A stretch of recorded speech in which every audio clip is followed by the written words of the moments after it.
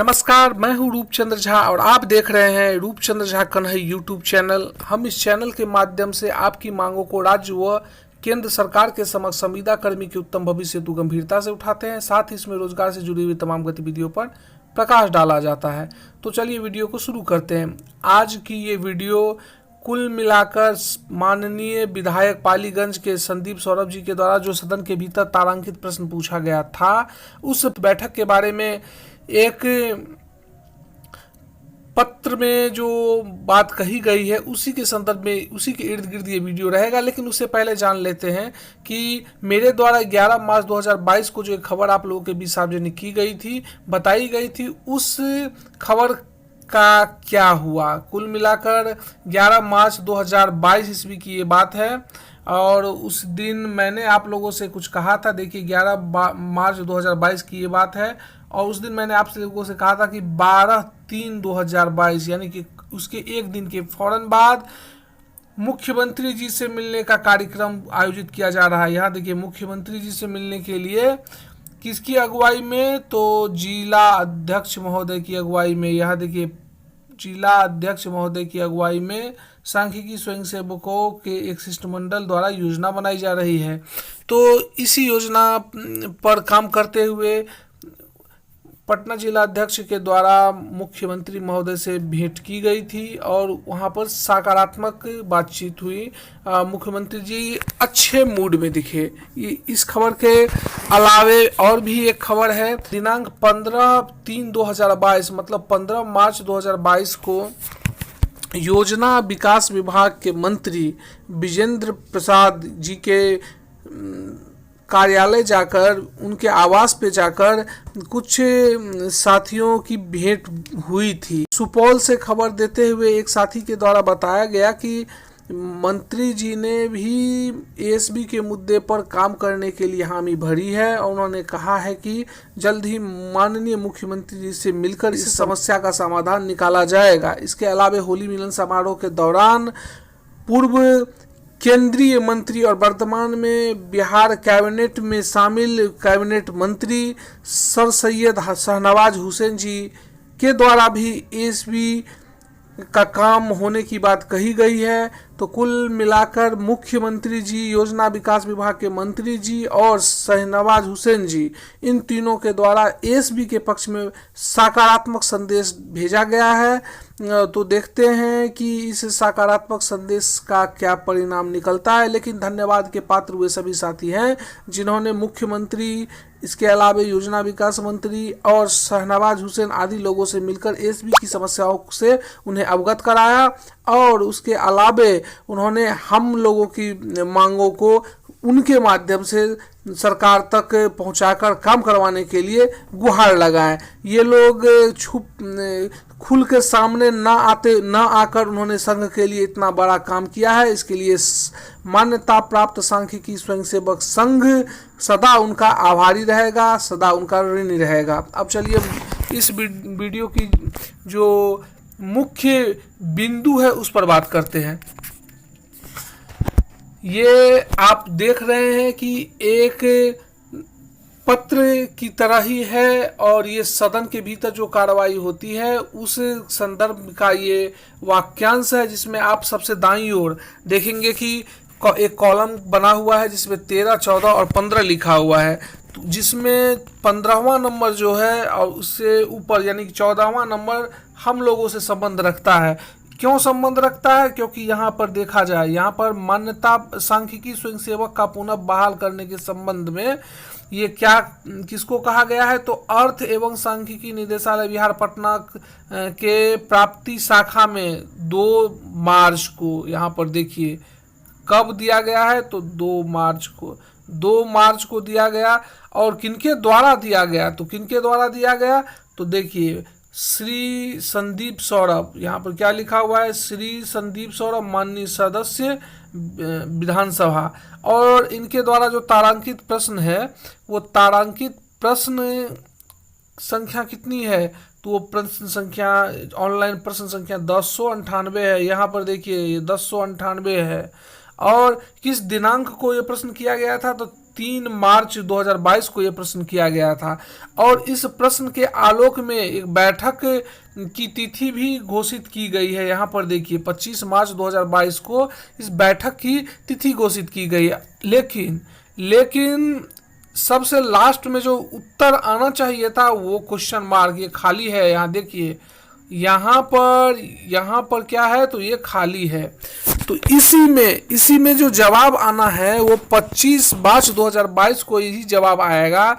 और वही बात यहाँ पर लिखा गया है। बैठक की तिथि जो 25 मार्च 2022 को है, वो 25 मार्च 2022 को बैठक ना करके यहाँ पर उसका जवाब अंकित किया जाएगा। अब यहाँ पर एक चीज और कि बैठक की तिथि केवल मान्यता प्राप्त सांख्यिकी स्वयंसेवक के तारांकित प्रश्न के लिए नहीं है। इसके ऊपर में आप जब जाएंगे, यहाँ पर देखिए कॉलम संख्या 13 को आप देखिए, कॉलम संख्या 13 में जो है वहाँ पर भी बैठक की तिथि दी गई है। इसके अलावा ये कॉलम संख्या 15 जो है, यहाँ पर 15, उसमें भी क्या है, तो बैठक की तिथि दी गई हुई। यहाँ पर हमारे कुछ साथियों के द्वारा कहा जा रहा है कि इस बैठक की जो ये तिथि है उसमें मुख्य सचिव की अध्यक्षता में बैठक होनी है। तो साहब ये जान लीजिए, बिहार के मुख्य सचिव जो है वो अधिकारियों में मुख्यमंत्री के स्तर के हुए। जैसे नेता चुनाव जीतकर जो सबसे बड़ा पद मुख्यमंत्री का होता है, उसी तरह से क्वालिफाई अधिकारी का सबसे बड़ा पद जो है वो मुख्य सचिव बिहार का होता है। तो मुख्य सचिव बिहार ऐसे आलतू फालतू बैठक में भाग कभी नहीं लेते हैं।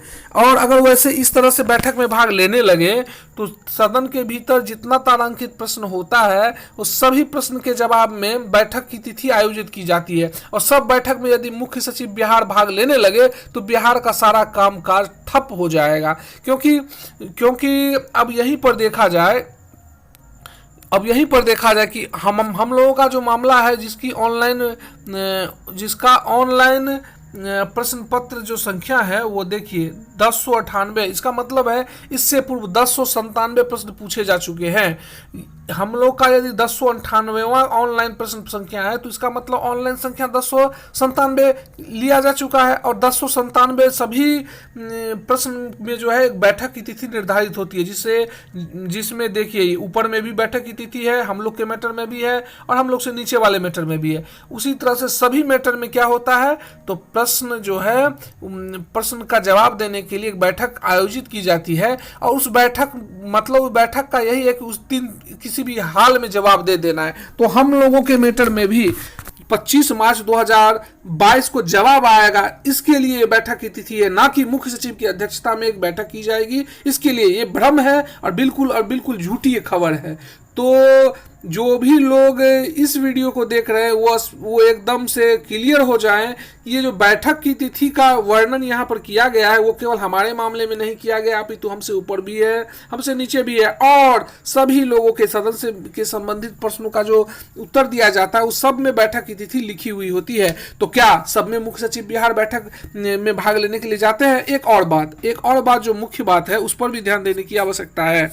वो आवश्यकता क्या है, तो 13 नंबर, यानी कि यहाँ ये 13 नंबर देखा जाए, इस 13 नंबर में जो क्वेश्चन है, ये जो प्रश्न है वो 28 फरवरी को पूछा गया था। यहाँ पर देखिए 28 फरवरी 2022 को ये प्रश्न पूछा गया था। और जिसका जवाब जो है कब आ गया, तो इसका जवाब आ गया 2 मार्च 2022, अर्थात 3 दिनों के बाद। 28वां महीना फरवरी का सबसे अंतिम दिन था और 2 मार्च को ये जवाब आ गया। मतलब तीसरे दिन, प्रश्न पूछने के तीसरे दिन इस प्रश्न का जवाब आ गया था।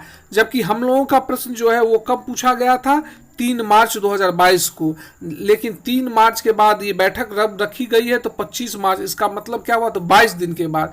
तो 22 दिन के बाद इस प्रश्न का जवाब, यहाँ पर जो क्वेश्चन मार्क मैंने डाला है, इस क्वेश्चन मार्क में उसका जवाब लिखा जाएगा। एक और बात यहाँ पर आप लोग जानिए कि 22 दिन क्या 25 दिन भी हो सकता है। कहने का ये मतलब है सदन के कार्यवाही संचालित होने के दौरान कभी भी किसी भी तारांकित प्रश्न का उत्तर दिया जा सकता है। इसके लिए कोई बाध्यता नहीं है कि 2 से 3 दिन के भीतर ही जवाब मिलना चाहिए। तो कुल मिलाकर अब लोग इस बात से को क्लियर रूप से समझ लिए होंगे कि ये जो माननीय संदीप सौरभ जी के द्वारा विधानसभा के भीतर तारांकित प्रश्न किया गया था, ऑनलाइन प्रश्न किया गया था, जिसकी संख्या 1098 है और ज्ञापांक संख्या 692 है। विधानसभा का ज्ञापांक संख्या 662 है और ये प्रश्न जो है 3 मार्च 2022 को पूछा गया था। इस प्रश्न का जवाब 25 मार्च 2022 को आ जाना है, ये जवाब आना है, न कि 25 मार्च को बिहार के मुख्य सचिव की अध्यक्षता में बैठक होनी है। और यदि बैठक ही होनी होती तो बिहार में जितने भी प्रश्न पूछे जाते हैं सदन के भीतर, सब में बैठक की तिथि लिखी हुई होती है। तो इतने बैठक अगर मुख्य सचिव बिहार लेने लगे तो बिहार के सभी कामकाज जो है वो संचालित नहीं रह पाएंगे, वो ठप हो जाएंगे। तो कुल मिलाकर यहाँ पर आप देखिए, जो बात मैं आप लोगों को बता रहा हूँ वहां पर आप देखिए बैठक की तिथि क्या है। यहाँ पर 13 नंबर जो प्रश्न है उसमें भी बैठक की तिथि दी गई है। उसके बाद संदीप सौरभ जी के द्वारा जो है हम लोगों के मैटर में जो प्रश्न पूछा गया था उसमें भी बैठक की तिथि दी गई है। इसके अलावा कृष्ण कुमार मंटू जो विधायक विधानसभा है उनका ऑनलाइन तारांकित प्रश्न 3285 है, उनके मैटर में भी बैठक की तिथि निर्धारित की गई है। तो कुल मिलाकर जितना भी प्रश्न पूछा जाता है सब में बैठक की तिथि होती है और किसी बैठक में मुख्य सचिव भाग नहीं लेती है और हमारे मैटर में भी मुख्य सचिव बिहार कभी बैठक में भाग नहीं लेंगे। रही बात 25 मार्च की, तो 25 मार्च 2022 को ऑनलाइन प्रश्न का जवाब आएगा और निश्चित रूप से आएगा और क्या जवाब आता है उसकी प्रतीक्षा करनी चाहिए। लेकिन प्रश्न माननीय पालीगंज के विधायक संदीप सौरभ जी का प्रश्न पूछने के लिए और उनको प्रश्न पत्र देने के लिए बिहार के प्रदेश अध्यक्ष अभिषेक सिंह जी का हार्दिक आभार है, उनका अभिनंदन है। उनके इस कार्य कौशल की वजह से सदन के भीतर तारांकित प्रश्न का जवाब सरकार को देना पड़ेगा। तो दोस्तों, यदि आपको हमारी वीडियो अच्छी लगी हो तो वीडियो को लाइक करें, कमेंट करें, शेयर करें और यदि हमारे चैनल पर नए हैं तो चैनल को सब्सक्राइब करें। मिलते हैं अगले वीडियो में, तब तक के लिए धन्यवाद।